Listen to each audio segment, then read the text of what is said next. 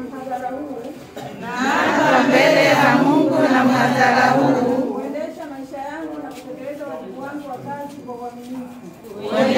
maisha yangu na kutekeleza wajibu wangu wa kazi kwa uaminifu. Sitafanya vitendo vyovyote vile vilivyo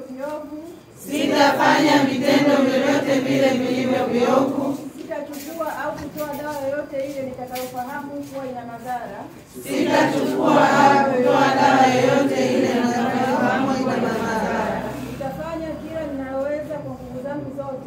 Nitafanya kila ninaloweza kwa nguvu zangu zote ili kuimarisha na kuinua hadhi ya uuguzi.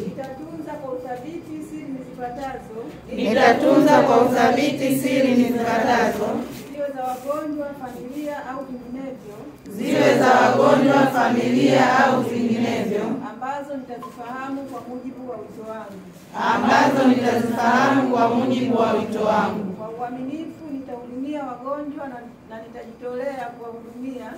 Kwa uaminifu nitahudumia wagonjwa na nitajitolea kuwahudumia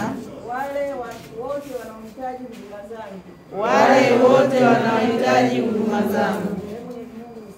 Ee Mwenyezi Mungu nisaidie.